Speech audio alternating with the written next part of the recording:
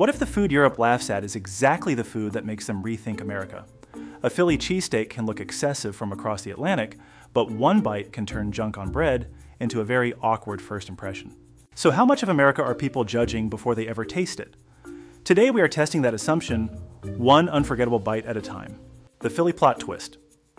A Philly cheesesteak has a funny way of exposing how much of America people have already tasted before they ever arrive.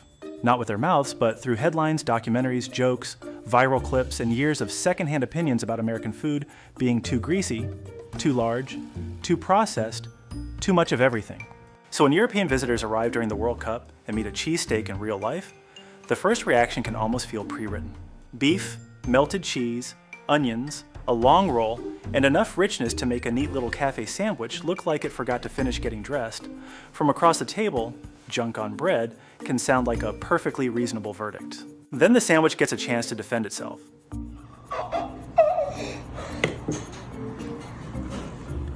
Soggy!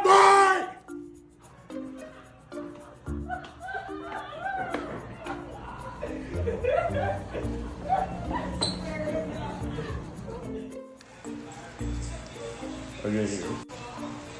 It's really cheesy, and that's why I like it so much. Yeah. That's amazing. Next level. That matters because Philly cheesesteak represents something outsiders often misunderstand about American food culture. Generosity here is frequently built into the experience itself. In Paris, lunch might revolve around a beautifully restrained baguette sandwich where good bread and a few ingredients are allowed to stay simple. In Milan, a panino can be compact, balanced, and elegant enough to eat without immediately checking whether your shirt survived. Philadelphia comes from a different food language. The point is warmth, abundance, speed, and satisfaction packed into something you can hold with two hands while still pretending one hand might be enough. And that difference can be unexpectedly charming. A proper cheesesteak does not ask anyone to admire a delicate arrangement of ingredients. Thin slices of hot beef mingle with melted cheese, the onions add sweetness and depth, and the roll absorbs just enough of the juices to become part of the filling rather than merely its transportation system. It is messy in the same friendly way a backyard barbecue is messy. Nobody is standing nearby with tweezers adjusting parsley. The food is busy doing its job. That very American confidence becomes even more interesting during a World Cup, when visitors arrive carrying all kinds of assumptions about the country hosting them. They may have heard endless arguments about portions, fast food, obesity, chains, and everything supposedly wrong with eating in America. Yet ordinary experiences have a stubborn habit of complicating dramatic narratives. A neighborhood sandwich shop does not resemble a television debate. A hot cheesesteak handed across a counter is simply someone feeding you well. And once people stay in the United States long enough, small moments like that begin adding up. The generous refill, the stranger who actually starts a conversation, the server who treats customization like a normal request, the enormous supermarket aisle, the local food people defend with the intensity of an NFL rivalry. None of these things individually proves that America is perfect, because no country is. But together, they can reveal a version of the United States that rarely fits neatly into the gloomy picture someone may have absorbed from far away.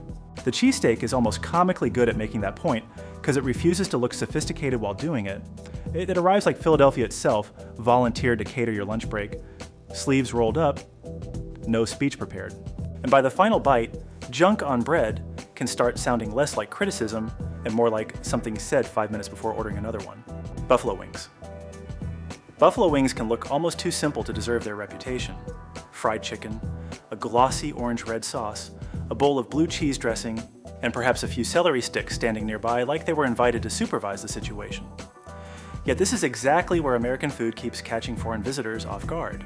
The dish looks casual enough to belong beside a television remote, but the flavor has been engineered around one of the most effective combinations in comfort food: fat, salt, acid, heat, and something cold waiting to reset your mouth so you can immediately start again. That cycle explains far more about the appeal than the size of the portion ever could. Okay, so let's test the power of TikTok.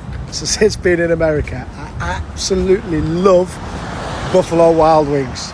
So much. That orange sauce, so good. Whoever was cooking on April 14th in the Boardman location around 7 p.m., I really respect you. Well done. Traditional buffalo sauce combines hot sauce with butter, giving each wing a strange little tug-of-war between sharp vinegar, chili heat, richness, and salt. Then blue cheese dressing arrives cold and creamy, calming everything down before the next bite turns the volume back up. Celery does almost the same job with crunch and water. It is basically a flavor roller coaster designed by someone who understood that nobody gets off willingly after the first lap. There's also something wonderfully American about where this food belongs socially. Buffalo wings are rarely treated like fragile restaurant theater. They thrive around football games, crowded tables, neighborhood bars, family gatherings, and televisions loud enough that somebody eventually starts arguing with a referee who cannot hear them. The National Chicken Council estimated that Americans would eat about 1.47 billion chicken wings during Super Bowl weekend in 2025. Put end to end, that would be an absurd amount of chicken for a food that began as a relatively humble bar snack. Compare that with the way chicken can appear in parts of Europe, and the cultural difference becomes clearer. In France, poulet rôti remains a familiar Sunday market staple, usually built around the flavor of the bird, roasting juices, herbs, and crisp skin. In Britain, roast chicken still sits comfortably inside the traditional Sunday roast alongside potatoes, vegetables, gravy, and Yorkshire pudding. Both traditions are deeply comforting, but the meal normally has a beginning, a plate, and some recognizable table manners.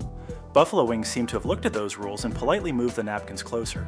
Their story is generally traced to Buffalo, New York, where the Anchor Bar is widely credited with serving the now famous style in 1964. From there, the dish spread far beyond Western New York and became tied to American sports culture so tightly that seeing wings beside a football broadcast now feels about as surprising as seeing headlights on a pickup truck. For European visitors encountering that culture during a major event, such as the World Cup, this kind of food can reveal a side of America that television stereotypes often miss.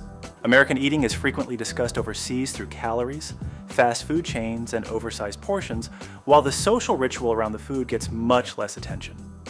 Wings make little sense if you judge them only as nutrition on a plate. They make perfect sense when 12 people are leaning toward the same screen, reaching into the same basket, debating the call, laughing and realizing that dinner has quietly become part of the event. That may be the most addictive ingredient of all. The sauce gets people started, but the atmosphere keeps the basket disappearing. Corn dog magic. Some foods need a menu description before they make sense. A corn dog needs about 3 seconds and absolutely no explanation. Take a hot dog, put it on a stick, cover it in cornmeal batter.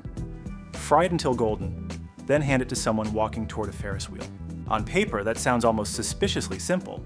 In America, however, simplicity has occasionally produced cultural landmarks, and the corn dog is one of those gloriously uncomplicated ideas that becomes much more interesting once you understand where Americans actually eat it. Oh. I mean, I think that's exactly what it is. Look, cornbread on the outside, sausage meat on the inside, corn dog, I get it. This is such a traditionally American thing that we just do not have in Scotland.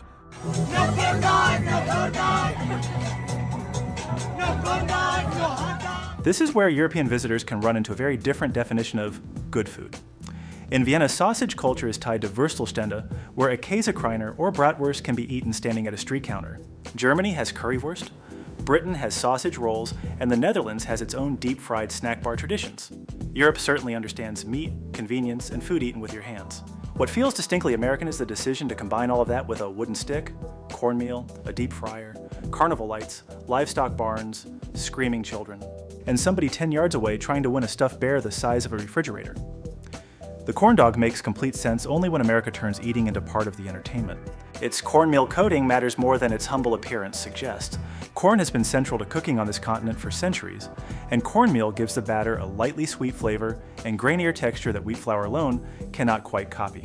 Against the salty hot dog inside, that sweetness creates the sort of contrast that makes the second bite arrive before the first one has received a proper evaluation. Add mustard, and now you have sweetness, salt, fat, acidity, crunch, and softness operating in something that can be carried with one hand. That is remarkably efficient engineering for a food wearing a stick. The modern American corn dog is strongly associated with state fair culture, and one of its best-known origin stories comes from Fletcher's original corny dogs at the State Fair of Texas, where the Fletcher family began selling their version in 1942. More than 8 decades later, corn dogs remain so closely linked with American fairs that separating the two would feel roughly like removing cowboy boots from a Texas postcard. There's a deeper cultural difference hiding underneath all that batter. European food traditions often protect a strong boundary between the meal and the event surrounding it. A Parisian cafe meal encourages you to sit. A British Sunday roast expects a table. Even a German beer garden gives food a recognizable place within the gathering. American fairs are wonderfully less disciplined. People eat while walking, watching, cheering, shopping, writing something that probably should not be written immediately after lunch, and discussing whether fried Oreos were an inspired invention or a personal challenge issued by the United States. That looseness is part of the charm. Visitors arriving for the World Cup may come expecting America to be dominated by the fast food stereotypes they have seen repeated overseas. Yet foods like the corn dog reveal something more cheerful and local. This is not food pretending to be sophisticated, and nobody needs a sommelier to explain the mustard. It belongs to county fairs, state fairs, and summer evenings where strangers stand in the same line because somebody nearby is holding one that smells ridiculously good. Perhaps that is why American fair food becomes so memorable. You do not simply remember what you ate. You remember the noise, the lights, the ridiculous prize nobody needed, and the moment a snack on a wooden stick somehow became part of the story you took home. Chicken and waffles? Chicken and waffles sounds like somebody accidentally combined breakfast with dinner and then refused to admit the mistake. That may be exactly why the dish is so instantly memorable to visitors. One side of the plate belongs to a Sunday brunch, a warm waffle with deep square pockets waiting for butter and syrup. The other side looks ready for a Southern family table, crisp fried chicken, seasoned crust, hot meat underneath. Europe has spent centuries teaching diners that meals have categories. America occasionally looks at those categories, shrugs, and asks whether they taste good together. In this case, they absolutely do. The appeal comes from contrast, and almost every bite is built around it. The waffle is soft, slightly sweet, and designed to catch syrup like a tiny edible parking garage. Fried chicken brings salt, crunch, spice, and richness. Once syrup reaches the crust, the sweet and savory combination creates something far more balanced than the name suggests. It is the same basic reason salted caramel became internationally popular, except America decided that caramel was thinking too small and invited an entire piece of chicken. That instinct can feel surprisingly unfamiliar in parts of Europe. In Belgium, waffles have their own strong traditions, especially Brussels waffles and the denser Liège style, but they are generally understood as sweet food rather than a landing pad for fried poultry. In Britain, fried chicken is familiar, and waffles are hardly exotic, yet putting the two together still crosses a line between meal categories that British food culture usually keeps fairly tidy. France can happily serve duck with fruit or pork with apples, so sweet and savory combinations are certainly nothing new there. What feels distinctively American is the lack of ceremony around the collision. Nobody needs to explain why breakfast and dinner are sharing a plate. They were both free, they got along, so somebody handed them syrup. That freedom has deep roots in American food culture. Chicken and waffles has more than one historical tradition in the United States. Pennsylvania Dutch communities served versions involving waffles with stewed chicken and gravy as far back as the 19th century. While the fried chicken and waffles combination became closely associated with Black American dining culture in the 20th century. Wells Supper Club in Harlem, which opened in 1938, became one of the famous places associated with the dish, especially among late-night entertainers and diners who wanted something that sat somewhere between supper and breakfast. That history helps explain why the dish feels so naturally American. It grew in a country where people, ingredients, and regional traditions kept meeting each other and producing combinations that would have looked odd on an older European menu. America has always been unusually comfortable with culinary crossover, partly because the country itself is built from crossover. For World Cup visitors, that can become one of the most enjoyable surprises about eating here. The international image of American food often gets flattened into hamburgers, fries, and giant sodas, as though 330 million people somehow agreed to eat from the same three-item menu. Then a plate like chicken and waffles arrives and quietly ruins the stereotype. There is also something wonderfully confident about serving a dish that does not seek permission from conventional mealtimes. Want fried chicken at 10 in the morning? Nobody calls the authorities. Want maple syrup involved? The bottle is already on the table. American dining, especially brunch culture, can feel unusually relaxed about letting people eat according to appetite, rather than a timetable inherited from somebody's grandmother. And once visitors discover that freedom, it can become dangerously easy to enjoy. Chicken and waffles does not ask whether it belongs at breakfast, lunch, or dinner. It simply turns up, tastes far better than the combination sounds, and leaves everyone wondering why the clock was ever allowed to make food decisions in the first place. Biscuits and gravy. Biscuits and gravy may be America's greatest example of a breakfast that loses the beauty contest and wins everything else. There's no tower of berries, no delicate pastry work, and certainly no tiny dusting of powdered sugar arranged for Instagram. Instead, a warm biscuit disappears beneath thick sausage gravy until the plate looks like winter arrived early. Then somebody takes the first bite, and suddenly appearance becomes a very unimportant subject. The real fascination here is comfort, because American comfort food often approaches breakfast differently from much of Western Europe. It is designed to make the morning feel warmer, slower, and considerably more forgiving. Walk into a traditional cafe in Paris and breakfast can be beautifully light. Coffee, a croissant, perhaps bread with butter and jam. In Italy, the contrast becomes even sharper. A common morning ritual might involve an espresso or cappuccino with a cornetto at the counter, something that can disappear before an American diner has finished deciding between hash browns and home fries. Neither approach is better by definition, but place a plate of southern biscuits and gravy beside that Italian breakfast, and they look as though they were prepared for two completely different weather systems. America wants to make sure breakfast has your back. That feeling comes from the structure of the dish. The American biscuit is not the sweet, crisp biscuit that British visitors associate with tea. It is closer to a tender, flaky quick bread, traditionally made with flour, fat, and a leavening agent. Split one open while it is warm, and those soft layers become almost ridiculously good at catching gravy. Then comes the creamy sauce, commonly made with brown breakfast sausage. It's rendered fat, flour, milk, and plenty of black pepper. The result has a clever physical quality. The biscuit absorbs gravy without immediately surrendering its entire personality. Soft meets creamy, while brown sausage adds little salty, savory interruptions throughout the plate. It is less like eating a decorative breakfast and more like putting on a warm hoodie straight from the dryer. That emotional quality has genuine history behind it. Biscuits and sausage gravy are strongly associated with the American South and Appalachia, where filling breakfast made practical sense for people facing physically demanding work. The modern American biscuit also became much easier to produce after commercial baking powder developed during the 19th century, helping quick breads rise without the lengthy fermentation required for yeast breads. That practicality eventually became nostalgia. And this is where visitors who know America mainly through fast food imagery can discover something the stereotype misses.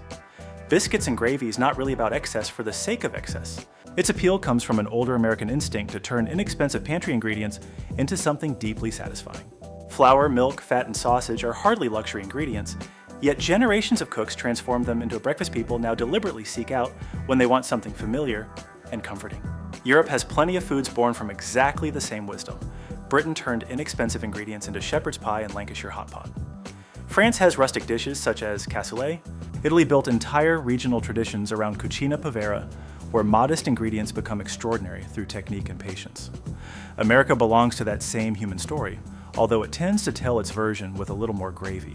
For World Cup travelers discovering American regional food beyond the usual international chains, that can be a lovely correction to the picture they arrived with. America starts becoming less like the country they have heard people argue about, and more like dozens of regional cultures with recipes tied to families, towns, and memories. A plate of biscuits and gravy will never pose gracefully for anyone, and frankly, it seems completely comfortable with that arrangement. It has survived because Americans kept wanting the feeling attached to it. A generous breakfast, a warm table, and the quiet promise that whatever the day has planned, nobody is facing it hungry. Reuben sandwich. The Reuben feels like the kind of sandwich that should require a passport. Corned beef brings one story, Swiss cheese brings another, sauerkraut points towards Central Europe, rye bread carries an unmistakably old world character, and then American diner culture gathers everything together, grills it in butter, adds dressing, and somehow turns the entire thing into something that feels completely at home under a neon sign beside a bottomless cup of coffee. That is the fascinating part. The Reuben is less about excess than about America's talent for remixing immigrant food traditions into something new without erasing where they came from. That idea can feel especially striking to European visitors because several ingredients may look familiar individually. In Prague, rye bread and fermented cabbage belong to a food world with deep regional roots. In Germany, sauerkraut is hardly exotic. In Switzerland, cheese culture is serious enough that nobody needs an introduction to melted cheese. Yet combine those pieces with warm corned beef, dressing, and a buttered griddle, and suddenly the result stops belonging neatly to any one European tradition. It becomes unmistakably American. That pattern repeats across the country because the United States has spent generations turning migration into flavor. New York delis became famous for Jewish American foods that evolved from Eastern and Central European traditions. Italian immigrants helped build entirely new forms of pizza in cities such as New York and New Haven. German brewing and sausage traditions changed as they moved through the Midwest. Mexican and American cooking met repeatedly across the Southwest and produced dishes that neither side would have made in exactly the same way alone. The Reuben sits comfortably inside that larger story. Its exact origin is still debated, which honestly makes the sandwich even more American. One popular account credits Reuben Kulikovsky in Omaha, Nebraska during the 1920s, while another points toward Reuben's restaurant in New York City. The Blackstone Hotel in Omaha is often connected to the sandwich's rise in popularity, and a Reuben recipe won national attention in the 1956 National Sandwich Idea Contest. Even the backstory sounds like a road trip. Nebraska, New York, hotel kitchens, delicatessens, arguments, and somebody eventually deciding to put the whole thing between rye. What matters more than claiming one birthplace is what happened afterward.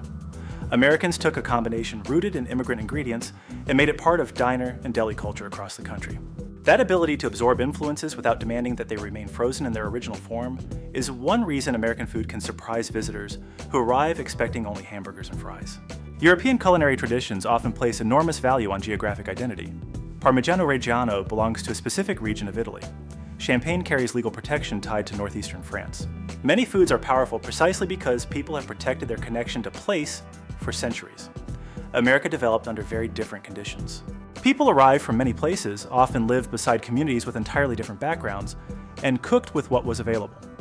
Food crossed neighborhoods faster than borders could keep up. The result can look chaotic from the outside, but that chaos is part of the charm. A Reuben tastes like several histories sharing the same booth and somehow getting along.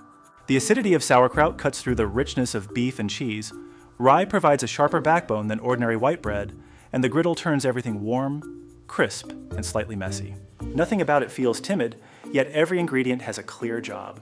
That may be why dishes like this can change the way World Cup visitors think about American food. They arrive expecting something culturally simple, then discover that a single sandwich can quietly carry traces of migration, adaptation, regional rivalry, and reinvention. America did not invent every ingredient on the Reuben, it invented the meeting. Deep dish. Pizza. Chicago deep dish looks less like pizza decided to get thicker, and more like pizza quietly bought real estate. The crust rises around the edges like a wall, cheese settles into the bottom, toppings pile in above it, and tomato sauce often goes on last, reversing the order many European diners expect. For someone raised around thinner styles in Naples or Rome, the first impression can be almost architectural. This thing has corners, weight, and enough depth to make a fork feel less optional than usual. That unusual structure is exactly what makes it worth talking about. Deep dish reflects a very American habit of taking a familiar idea and rebuilding it around local appetite, rather than preserving the original format. Naples gave the world pizza with a thin, soft center and blistered crust, traditionally cooked quickly at very high heat. Roman pizza can be crisp and restrained in a completely different way. Chicago looked at the basic concept and essentially asked a Midwestern question: what happens if dinner should feel like it can survive winter? The answer arrived in a pan. Pizzeria Uno, opened in Chicago in 1943, is widely associated with popularizing deep dish pizza. The key difference is not simply that the crust is thicker. Because the pizza spends longer in the oven, the ingredients are layered differently to protect them from burning. Cheese goes beneath the sauce, while chunky tomatoes sit on top, meaning the pizza is almost built upside down compared with what many visitors expect. That method gives the cheese room to melt into the crust, while the tomato stays bright and rich instead of drying out. It is culinary engineering disguised as excess, and that matters because foreign criticism of American food often stops at appearance. Large automatically becomes too much, cheese becomes unhealthy, and anything that needs a knife and fork risks being accused of abandoning tradition. But deep dish is interesting precisely because it has its own tradition now. More than 80 years of Chicago diners have treated it as a local identity, not an accidental distortion of Italian food. That is where the cultural comparison becomes more revealing. In Naples, authenticity is protected so seriously that the Associazione Verace Pizza Napoletana maintains detailed standards for traditional Neapolitan pizza. The diameter, ingredients, dough preparation, and cooking method all matter because preserving heritage is part of the point. Chicago represents almost the opposite instinct. Tradition arrives, settles down, meets a new city, and starts changing clothes. Both attitudes make sense. One protects continuity, the other celebrates adaptation. For visitors in the United States during the World Cup, that difference can be a surprisingly good introduction to American culture itself. America often absorbs outside traditions by letting them become local, rather than demanding they remain museum pieces. A dish can arrive from somewhere else, pick up regional habits, develop a loyal following, and eventually become something people argue about with the seriousness usually reserved for football standings. Chicagoans certainly do. Deep dish also explains why American food can feel emotionally generous without being complicated. One slice is dense enough to behave like a full meal, with molten cheese, tomato, crust, and toppings all compressed into a few inches of height. It is the edible equivalent of someone saying, "You drove all this way, so you're leaving full." That kind of hospitality can be easy to misunderstand from far away. On social media, the same plate may look oversized. Sitting in a Chicago restaurant after a long day, especially in colder weather, it suddenly makes perfect sense. And perhaps that is the part visitors remember most. Deep dish does not try to replace Naples, compete with Rome, or prove that one version of pizza is superior. It simply shows what America often does best: take an inherited idea, give it a local accent, feed a lot of people with it, and turn the result into something a whole city proudly calls its own. Maybe the biggest surprise is that American food was never asking Europe for permission. It was inviting people to sit down, loosen their expectations, and taste the stories hidden inside ordinary plates. From Philly to Chicago, every bite reveals a country more regional, generous, and inventive than stereotypes suggest. So which American dish would you put in front of a skeptical European first? Tell us in the comments and subscribe to the channel for more unexpected journeys across America together.